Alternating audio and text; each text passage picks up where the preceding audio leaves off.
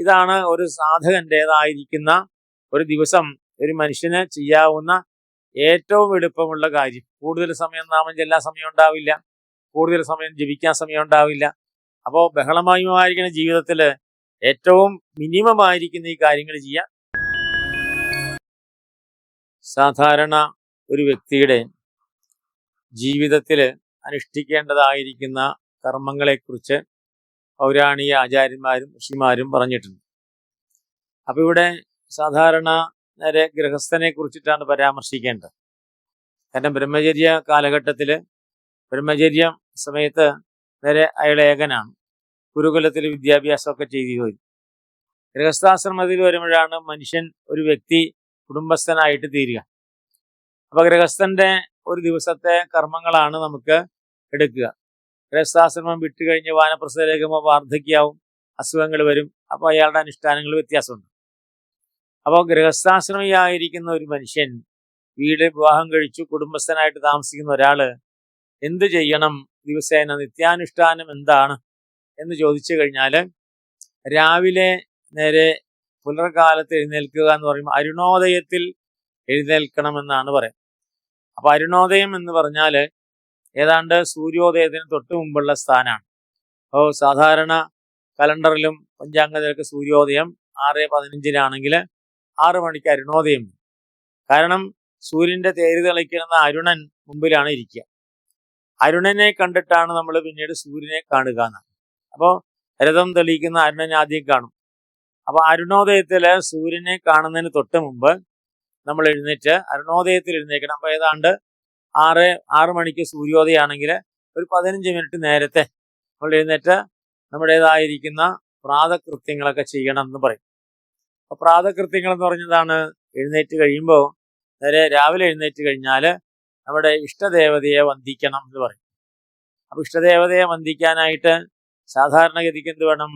സാധാരണഗതിയിൽ നേരെ ഇഷ്ടദേവത നമ്മുടെ എവിടെ ചിത്രത്തിൻ്റെ അടുത്ത് പോകണമെന്നില്ല. എഴുന്നേറ്റ് കഴിഞ്ഞാൽ ആദ്യം നേരെ കൈ കൂപ്പിയിട്ട് കിഴക്കോട്ടോ വടക്കോട്ടോ മുഖമായിട്ടിരിക്കണം. കിഴക്കോട്ടോ വടക്കോട്ടോ മുഖം കൈ കൂപ്പിയിട്ടിരിക്കണം. എന്നിട്ട് 3 വട്ടം നേരെ ഇഷ്ടദേവതയെ മനസ്സിൽ പ്രാർത്ഥിക്കണം. അപ്പോൾ ഇഷ്ടദേവതയെ പ്രാർത്ഥിക്കാൻ ചിലർ ഓംകാരം ജപിക്കും. ഓം എന്ന് പറഞ്ഞാലും അത് ഇഷ്ടദേവതാ പ്രാർത്ഥനയിലേക്ക് വരും. അപ്പോൾ ഇഷ്ടദേവത നിരവധി ഉണ്ടെങ്കിലും അല്ലെങ്കിൽ അറിയാൻ പാടില്ലെങ്കിലും ഓം എന്ന് പറഞ്ഞാൽ ഇഷ്ടദേവതാ പ്രാർത്ഥനയും. അത് കിഴക്കോട്ടോ വടക്കോട്ടോ മുഖം തിരിഞ്ഞിരിക്കണം എന്നാണ് പറയുന്നത്. കാരണം സൂര്യൻ ആ സമയത്ത് കിഴക്കുന്ന ഉദിച്ചു വരിക. അപ്പോൾ അവിടെ അങ്ങോട്ട് തിരിക്കാൻ സൗകര്യമില്ലെങ്കിൽ എന്ത് വേണം?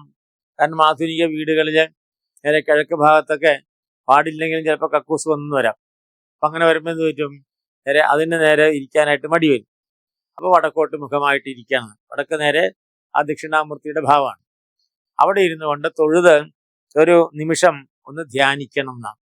ഇഷ്ടദേവതാ ധ്യാനത്തിനാണ് ഒന്ന് ഓം എന്നുള്ളത് നേരെ ദീർഘിച്ചത് വേണമെന്നില്ല, സ്വല്പം ഒരു ഓംകാരം പറഞ്ഞാൽ മതി എന്നാണ്. അത് കഴിഞ്ഞാൽ അപ്പോൾ ഇഷ്ടദേവതാ ധ്യാനം കഴിഞ്ഞാൽ എന്താണ്? പിന്നെ നമ്മളെല്ലാം താമസിക്കുന്ന ആധാരം എവിടെയാണ്? ഭൂമിയാണ്. അപ്പോൾ ഭൂമിയെ ഒന്ന് തൊട്ട് വന്ദിക്കണം എന്നാണ് പറയുന്നത്. ഭൂമിയെ തൊട്ടിട്ട് കാലുകൊണ്ട് കൈകൊണ്ടൊന്ന് തൊട്ട് വന്ദിക്കണം എന്നാണ് എഴുന്നേൽക്കുന്നതിന് മുമ്പാണ്. അപ്പോൾ അതിനാണ് ചിലർ പറയുന്നത് നേരെ പാദസ്പർശം ക്ഷമസ്വമേ എന്ന് പറയും. കാരണം ഞാൻ ഭൂമിയുടെ കാലിൽ ഭൂമിയെ ചവിട്ടാൻ പോവുകയാണ്, എന്നോട് ക്ഷമിക്കണേ എന്ന് പറയും. അപ്പം അങ്ങനെ തൊഴുതിട്ട് നേരെ അവിടെ പുറത്തേക്ക് വന്നിട്ട് പിന്നീട് നേരെ നമ്മുടെ ഏതെങ്കിലും ഇഷ്ടദേവതയുടെ ചിത്രം ഉണ്ടെങ്കിൽ അവിടെ ചെന്ന് പ്രാർത്ഥിക്കുക. ഇല്ലെങ്കിൽ നേരെ മനുഷ്യന് സാധിക്കുന്ന എന്താണ്? ഏറ്റവും കൂടുതൽ ഇന്ന് നമ്മൾ അനുഷ്ഠിക്കേണ്ടതായിരിക്കണം എന്താണ്? നേരെ നാരായണനെ ഭജിക്കുക എന്നാണ് പറയുന്നത്. അപ്പോൾ നാരായണനെ ഭജിക്കുമ്പോൾ നേരെ ഓം നമോ നാരായണായ, അതാണ് അഷ്ടാക്ഷരി മന്ത്രം.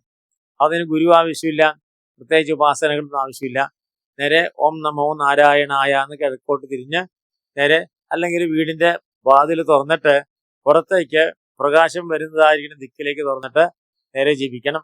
വീടിൻ്റെ പ്രധാന വാതിൽ, പൂമുഖ വാതിൽ തുറന്നിട്ട് ഓം നമോ നാരായണായ എന്ന് ജപിക്കുക. അപ്പോൾ നാരായണമൂർത്തി വീട്ടിലേക്ക് പതുക്കെ പ്രവേശിക്കുന്നതാണ്. അപ്പം നാരായണൻ വീട്ടിനകത്തേക്ക് പ്രവേശിക്കുമ്പോഴാണ് ഭഗവാനെ നേരെ സ്വാഗതം ചെയ്യണം, ഓം നമോ നാരായണായ. പിന്നീട് നമ്മുടെ ശൗചാദി കർമ്മങ്ങൾക്കായിട്ട് നമ്മൾ പോകണം. അത് എവിടെയായാലും ശരി. പല്ലുതേപ്പ് എല്ലാം കഴിഞ്ഞ് പിന്നെ സ്നാനം കഴിഞ്ഞാൽ എന്ത് വേണം? സ്നാനം കഴിഞ്ഞിട്ട് നേരെ സാധാരണഗതിക്ക് ഭസ്മം ധരിക്കാം, അല്ലെങ്കിൽ നേരെ ചന്ദനം ധരിക്കാം. അത് അവരുടെ ഇഷ്ടപ്രകാരം ധരിക്കാതാണ്. അപ്പോൾ ഭസ്മം, ചന്ദനം തുടങ്ങി കുറിയിടണം എന്നാണ് പറയുന്നത്. അപ്പോൾ അതുകൊണ്ടാണ് കുളിച്ചാൽ കുറിയിടണം എന്ന് പറയാൻ കാരണം, കുളിച്ചാൽ കുറിയിടാത്തവനെ കണ്ടാൽ കുളിക്കണം എന്നൊരു ഒരു നാടൻ ശൈലിയുണ്ട്. കാരണം കുറിയിടുമ്പോഴാണ് നമ്മൾ ആരാണ് എന്ന് ആളുകൾക്ക് മനസ്സിലാവുക. ഭസ്മം എന്നാണ് നമ്മളിത് ഇടുന്നതെങ്കിൽ നമ്മൾ ശിവ ആരാധനയിൽ താല്പര്യമുള്ള ആളാണ്, ശൈവ സമ്പ്രദായത്തിൽ താല്പര്യമുണ്ട്, ശിവാരാധകനാണ് എന്ന് മനസ്സിലാവും. ചന്ദനം തൊട്ട് കഴിഞ്ഞാലോ? ചന്ദനം തൊട്ട് കഴിഞ്ഞാൽ വിഷ്ണു സങ്കല്പത്തിൽ ആരാധിക്കുന്നവനാണ്, വിഷ്ണു പ്രീഷ്ടദേവതമായ ആളാണ് എന്ന് പറയും. കുങ്കുമം ധരിക്കുന്ന സമയത്താണെങ്കിലോ ദേവിയാണ് ഇഷ്ടദേവത എന്ന് മനസ്സിലാക്കും. അതെല്ലാം നേരെ ഗണപതി ഹോമം തൊട്ട് കഴിഞ്ഞാൽ ഗണേശ ആരാധകനാണ്. അപ്പൊ കുളിച്ചാൽ കുറിയിടുന്നതിന്റെ ഉദ്ദേശം എന്താണ്? നമ്മുടെ ആരാധനാ സമ്പ്രദായം, നമ്മുടെ ആ രീതികളും സ്വഭാവമൊക്കെ തന്നെ ആ കുറിയിൽ നിന്ന് മനസ്സിലാക്കാനായിട്ട് സാധിക്കും. അപ്പൊ അങ്ങനെ അത് കഴിഞ്ഞിട്ട് നേരെ നേരെ ആ ഏതെങ്കിലും സ്ഥലത്ത് നമുക്ക് സൗകര്യമായ സ്ഥലത്ത് പൂജാമുറിയുടെ ഭാഗത്തോ, പൂജാമുറി ഇല്ലാത്തവർക്ക് നേരെ പ്രധാന കവാടത്തിന്റെ മുന്നിൽ കിഴക്കോട്ടോ വടക്കോട്ടോ മുഖം തിരിഞ്ഞിട്ട് ഏതെങ്കിലും നാമം ജപിക്കണം. അതാണ് നിത്യകർമ്മത്തിൽ വേണ്ടത്. അപ്പൊ നാമം ജപിക്കുമ്പോൾ നേരെ അധികം ജപിക്കണമെന്നില്ല. കാരണം സഹസ്രനാമം ജപിക്കും 1/2 മണിക്കൂർ എടുക്കും. അപ്പോൾ തിരക്കുള്ളതായിരിക്കുന്ന ലോകത്തിൽ അത് സാധിച്ചില്ല എന്ന് വരും, ജോലിക്ക് പോകണം. അപ്പോൾ ചുരുങ്ങിയത് ഒരു 12 നാമങ്ങൾ ജപിക്കണം എന്നാണ്. വിഷ്ണുവിന് 12 നാമങ്ങളുണ്ട്. അതല്ല അയാളുടെ ഇഷ്ടദേവൻ കൂടുതലും ശിവനാണെങ്കിൽ എന്താണ്, ശിവന്റെ 12 നാമങ്ങളുണ്ട്.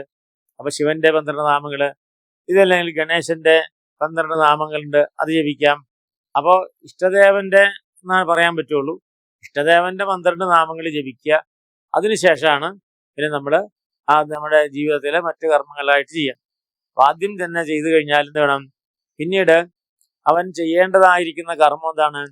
നേരെ ജീവജാലങ്ങൾക്ക് എന്തെങ്കിലും ഭക്ഷണം കൊടുക്കണം എന്നാണ്. അതിനാണ് നേരെ വീട്ടിൻ്റെ ആ സമയം ഇപ്പോൾ കാക്കകളൊക്കെ കരയുന്നുണ്ടാവും, പട്ടി പൂച്ചയൊക്കെ വന്ന റൂട്ടിലൂടെ ഉണ്ടാവും. ഇതൊന്നുമില്ലെങ്കിലും ഏതെങ്കിലും പറവകൾ ഇങ്ങനെ വരും. പറവകളൊന്നുമില്ലാത്ത സ്ഥലത്താണെങ്കിൽ പോലും സങ്കല്പത്തില് ജീവജാലങ്ങൾക്കായിട്ട് നേരെ ആഹാരം കൊടുക്കണം എന്നാണ്. അപ്പോൾ എന്തെങ്കിലും ആഹാരം നമ്മൾ കഴിക്കുന്ന നെല്ലോ അല്ലെങ്കിൽ അരിയോ അതായിരിക്കും ധാന്യങ്ങള് നേരെ ആ കൂടുതൽ പറവകൾ വരുന്നതായിരിക്കുന്ന സ്ഥലത്ത് വീടിന്റെ പുറത്ത് കൊണ്ടുപോയി വെക്കുക. പറവകൾ വന്ന് കഴിച്ചോളും. ഇതൊന്നുമില്ലെങ്കിലോ, ഇപ്പോൾ പറവകളും ഒന്നും നമ്മുടെ ഫ്ലാറ്റ് സമ്പ്രദായത്തിൽ പറവകളൊന്നും ഇല്ലാത്ത സ്ഥലത്താണെങ്കിൽ എന്ത് വേണം? അപ്പൊ ആ സമയത്താണ് നമ്മുടെ വീട്ടില് പതുക്കെ കോലം വരയ്ക്കുക എന്നൊരു സമ്പ്രദായം പണ്ടുണ്ടായിരുന്നു. എല്ലാ ജാതിക്കാർക്കും ഒക്കെ കോലം വരയ്ക്കാം. അപ്പോൾ അതിന് അരിപ്പൊടിയാണ് ഉപയോഗിക്കുക. അരിപ്പൊടി, മഞ്ഞൾപ്പൊടി എന്നാണ്. അപ്പൊ അരിപ്പൊടി, മഞ്ഞൾപ്പൊടി അലങ്കാരത്തിനാണ്. അരിപ്പൊടി ഇങ്ങനെ ധാന്യം വീട്ടില് കോലം വരയ്ക്കുക. ഒരു ഗണപതി കോലം എന്ന് പറയും, സ്വസ്തികം എന്നാണ് പറയുന്നത്. അപ്പോൾ സ്വസ്തികം ആയിട്ട് ഒരു കോലം വരച്ചു കഴിഞ്ഞാൽ അപ്പോൾ അതിലേ നടക്കുന്ന ചെറിയ ചെറിയ കീടങ്ങളുണ്ട്. ഫ്ലാറ്റ് ആണെങ്കിലും കീടങ്ങൾ വരും. അപ്പോൾ കീടങ്ങളൊക്കെ ആ അരിപ്പൊടി തിന്നുന്നതാണ്. അപ്പോൾ കളർപ്പൊടിയല്ല, അരിപ്പൊടി തന്നെ ഇടുന്നതാണ്. കാരണം കളർപ്പൊടി ആകുമ്പോൾ ഇത് തിന്നാൻ പറ്റില്ല. അപ്പോൾ ഈ പ്രപഞ്ചത്തിലുള്ളതായിരിക്കുന്ന ജീവജാലങ്ങൾക്ക് ആഹാരം കൊടുക്കുക, അതാണ് ഉള്ളത്. അപ്പം നമ്മുടെ രാവിലെ എഴുന്നേറ്റാൽ ദേവന്മാരെ ആരാധിക്കുമ്പോൾ ദേവയജ്ഞായി. അതേപോലെ വന്ന് നേരെ നമ്മുടെ നാമം ജപിച്ച് 12 നാമം ജപിച്ചു കഴിഞ്ഞാൽ ബ്രഹ്മയജ്ഞായി. പിന്നെ അത് കഴിഞ്ഞാൽ ഈ കോലത്തില് കീടങ്ങളെങ്ങനെ വരും? ചെറിയ കീടങ്ങളൊക്കെ വന്ന്, അല്ലെങ്കിൽ ഉറുമ്പുകളില്ലാത്ത ചിലപ്പോൾ ഉറുമ്പുണ്ടാവും, ഉറുമ്പില്ലെങ്കിൽ തന്നെ ചെറിയ കീടങ്ങൾ ഇങ്ങനെ വരും. എല്ലാ സ്ഥലത്തും ഉണ്ടാകും കീടങ്ങൾ. അത് അരിപ്പൊടിയൊക്കെ വന്ന് കുറച്ചൊക്കെ നക്കി തിന്നും. അപ്പോൾ അത് ഭൂതയജ്ഞമായിട്ട് മാറി. പിന്നീടാണ് നമ്മൾ നേരെ നമുക്ക് സാധിക്കുകയാണെങ്കിൽ ഏതെങ്കിലും ക്ഷേത്രത്തിൽ പോയിട്ട് തൊഴുത ക്ഷേത്രത്തിൽ ഭഗവാന്റെ മുമ്പിൽ തൊഴുക. പിന്നെ അവരുടെ അന്നദാനത്തിനായിട്ട് എന്തെങ്കിലും കൊടുക്കുക. അപ്പോൾ അത് അതിഥികൾക്ക് ആഹാരം കൊടുക്കുന്ന പോലായി. അല്ലെങ്കിൽ വേറൊരാൾക്ക് ഭക്ഷണം കൊടുക്കാനായിട്ട് എന്തെങ്കിലും കൊടുക്കുക. അതാണ് പൗരാണികമായിട്ട് ചെയ്യുന്ന കാര്യം. പക്ഷെ ആധുനിക ജീവിതത്തില്, ബഹളമയമായിരിക്കുന്ന തിരക്ക് പിടിച്ച ജീവിതത്തില് ഇതേം ചെയ്യാൻ സാധിക്കില്ലെങ്കിലും നിത്യേന നമ്മൾ അനുഷ്ഠിക്കേണ്ടതാണ്. രാവിലെ എഴുന്നേറ്റ് കഴിഞ്ഞാൽ നേരെ എഴുന്നേറ്റ് ഉടനെ ചാടി എഴുന്നേൽക്കലല്ല. എഴുന്നേറ്റ് കഴിഞ്ഞാൽ നേരെ അവിടെ തന്നെ ഇരുന്ന്, കിടക്കയിൽ തന്നെ ഇരുന്ന്, കാല് നിവർത്തിയോ ചെമ്പറം പടിഞ്ഞോ ഇരുന്നിട്ട് കിഴക്കോട്ടോ വടക്കോട്ടോ മുഖം തിരിഞ്ഞിരുന്നിട്ട് നേരെ നമ്മുടെ മനസ്സിലെ ശ്വാസോച്ഛ്വാസം വിടലാണ് ഇപ്പോൾ ചെയ്യാൻ പറ്റുന്ന കാര്യം. അപ്പോൾ ഇന്നത്തെ ലോകത്തിൽ, ബഹളമയമായ ലോകത്തിൽ നമുക്ക് ചെയ്യാവുന്ന കാര്യം എന്താണ്? കിഴക്കോട്ടോ വടക്കോട്ടോ മുഖമായി ഇരുന്നിട്ട് മൂന്നൊരു പ്രാണായാമം ചെയ്യാന്ന് പറയും. ഇല്ലെങ്കിൽ ശ്വാസോച്ഛ്വാസം ചെയ്താൽ മതി. അപ്പോൾ ശ്വാസം എടുക്കുക, പുറത്തേക്ക് വിടുക. അല്ലാതെ പ്രാണായാമം ഗുരുമുഖത്ത് അഭ്യസിക്കേണ്ട ആവശ്യമില്ല. വെറുതെ ശ്വാസത്തെ ഉള്ളിലേക്ക് എടുക്കുക, ശ്വാസത്തെ പുറത്തേക്ക് വിടുക. അപ്പോൾ നമ്മുടെ ശരീരം നമ്മൾ ക്ലീൻ ചെയ്യലാണ്. അപ്പോൾ ശരീരത്തിലെ ആ എല്ലാ ഞരമ്പുകളെയും ക്ലീൻ ചെയ്യലാണ്. 3 പ്രാവശ്യം ശ്വാസം എടുക്കുക, പുറത്തേക്ക് വിടുക. അത് നമുക്ക് എല്ലാവർക്കും സാധിക്കുന്നതാണ്. അതിനുശേഷമാണ് നേരെ ആ നിലത്ത് തൊട്ടിട്ട് പാദം സ്പർശം ശമസ്വമേ എന്ന് പറഞ്ഞ് വാതിലിന്റെ തുറന്ന് പ്രധാന കവാടം തുറന്നിട്ട് നേരെ ഓം നമോ നാരായണായ എന്ന് പറഞ്ഞ് ഭഗവാനെ വീട്ടിലേക്കകത്തേക്ക് കയറ്റുക എന്നാണ്. അപ്പോൾ വീട് കയറ്റിക്കഴിഞ്ഞാൽ പിന്നീട് നേരെ നമ്മുടെ ആ സ്നാനാദി കർമ്മങ്ങളൊക്കെ ചെയ്തു കഴിഞ്ഞിട്ട് നേരെ നമുക്ക് നേരെ ഈ തരത്തിലുള്ളതായിരിക്കുന്ന ജീവജാലങ്ങൾക്ക് ആഹാരം കൊടുക്കുക ചെയ്യാം. അത് സാധിച്ചില്ലെങ്കിൽ കുളിച്ചിട്ട് കോലം വരയ്ക്കുക എന്നാണ് പറയുന്നത്. അപ്പോൾ അരിപ്പൊടി കൊണ്ട് കോലം വരച്ചു കഴിഞ്ഞാൽ നേരെ ജീവജാലങ്ങൾക്ക് ആഹാരമായി. പിന്നെ നമ്മുടെ ആഹാരം കഴിക്കാം. അപ്പോൾ ഇതാണ് മിനിമം ഒരാൾ ചെയ്യാറ്. വൈകുന്നേരം ആയിക്കഴിഞ്ഞാലോ സന്ധ്യയ്ക്ക് എത്തിക്കഴിഞ്ഞാൽ സന്ധ്യയ്ക്ക് വിളക്ക് കൊളുത്തിയിട്ട് നേരെ രാവിലെയും വിളക്ക് കൊളുത്തണം, സന്ധ്യയ്ക്കും വിളക്ക് കൊളുത്തണം. വിളക്ക് കൊളുത്തിയിട്ട് സന്ധ്യയ്ക്ക് രാവിലെ പ്രഭാതത്തിൽ കിഴക്കോട്ട് നേരെ വിളക്ക് ദർശനമായിട്ട് വെക്കണം. അപ്പോൾ സൂര്യഭഗവാൻ നേരെ ഇങ്ങനെ വരുന്ന സമയമാണ്. സൂര്യനെ സ്വാഗതം ചെയ്യലാണ്. വൈകുന്നേരം എന്ത് വേണം? പടിഞ്ഞാറോട്ട് പോകലാണ്. സൂര്യൻ അങ്ങോട്ട് പോകുമ്പോൾ സൂര്യന്റെ പ്രകാശം നമ്മൾ വിളക്കിലേക്ക് ഏറ്റെടുക്കലാണ്. അപ്പോൾ സൂര്യൻ നേരെ പടിഞ്ഞാറ് അസ്തമിക്കുമ്പോൾ സൂര്യൻ ഇല്ലാതാകുന്നില്ല, സൂര്യൻ നമ്മൾ കാണാതാകുന്നു. അപ്പോൾ കാണാതാകുന്ന സമയത്ത് വേണം സൂര്യനിൽ നിന്ന് പ്രകാശത്തെ നമ്മൾ അത് 2 വരി ചൊല്ലിയാലും മതി. സന്ധ്യാനാമം അത് രാമനാമാകാം ശിവനാമം. സന്ധ്യയ്ക്ക് ചൊല്ലേണ്ട നാമങ്ങൾ ഒന്നുകിൽ ശിവനാമം അല്ലെങ്കിൽ രാമനാമം എന്നാണ്. അപ്പോൾ അതും സാധിച്ചില്ലെങ്കിൽ വേണം നേരെ രാമ രാമ രാമ എന്ന് പറഞ്ഞാൽ മതി. അല്ലെങ്കിൽ നമശിവായ നമശിവായ എന്ന് പറയും. ഇത് നമ്മുടെ സന്ധ്യാസമയത്ത് ചെയ്യേണ്ടതാണ്. പിന്നീട് ആഹാരം നേരെ കഴിച്ചു കഴിയുമ്പോൾ, ആഹാരം കഴിക്കുന്നതിന് മുമ്പായിട്ട് നമ്മൾ നേരെ ആ ഇഷ്ടദേവന്മാരെയൊക്കെ മനസ്സിൽ സ്മരിച്ച് ആഹാരം കഴിച്ച് പിന്നീട് കുറച്ചു നേരം നടക്കുകയോ ഇരിക്കുകയോ ഒക്കെ ചെയ്യാം. അപ്പോൾ അത് കഴിഞ്ഞിട്ട് ആഹാരം കഴിച്ചാൽ നേരെ നമ്മുടെ മനസ്സിൽ നമ്മൾ അന്നന്ന് ചെയ്തതായിരിക്കുന്ന കാര്യങ്ങളുണ്ടാവും. അപ്പോൾ അത് സാധാരണഗതിയിൽ നല്ലതും ഉണ്ടാവും, ചീത്തയുണ്ടാവും. അല്ലെങ്കിൽ അന്നന്ന് ചെയ്യണം എന്ന് ഉദ്ദേശിച്ച പക്ഷെ നടന്നില്ല എന്നാണ്. അപ്പോൾ അതിൻ്റെ ഒരു റിവിഷൻ, ഒരു ആവർത്തനം നമുക്ക് വേണം. അപ്പോൾ രാവിലെ എഴുന്നേറ്റ് ഞാൻ ഇന്ന കാര്യം ചെയ്തു, ഇന്ന സ്ഥലത്ത് പോയി, അവിടെ പോകാനായിട്ട് സാധിച്ചില്ല. അപ്പോൾ അത് നമ്മൾ ഓർമ്മിക്കണം. അപ്പോൾ നാളെ അത് ചെയ്യാം എന്ന് തീരുമാനിച്ചിട്ട് വേണം കിടന്നുറങ്ങാൻ.